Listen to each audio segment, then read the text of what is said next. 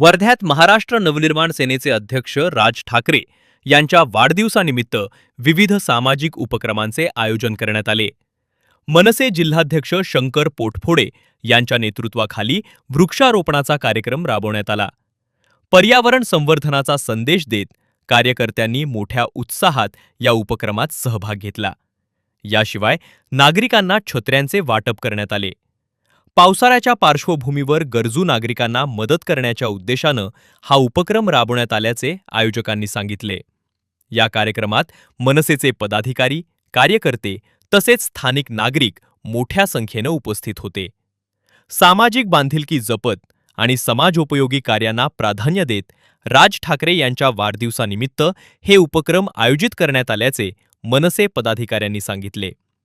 वृक्षारोपण आणि छत्री वाटपासारख्या उपक्रमांमधून समाजाला सकारात्मक संदेश देण्याचा प्रयत्न करण्यात आला. सन्माननीय हिंदू जननायक राजसाहेब ठाकरे यांचा आज वाढदिवस आहे.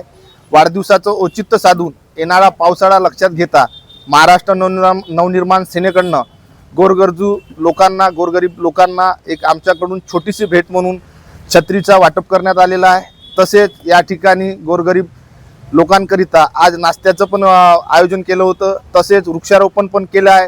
गोरगरीब जनतेला एक महाराष्ट्र निर्माण सेनेकडनं छोटासा एक दिलासा म्हणून पावसाळा सुरू होण्यापूर्वी छत्रीचा वाटप करण्यात आलेला आहे.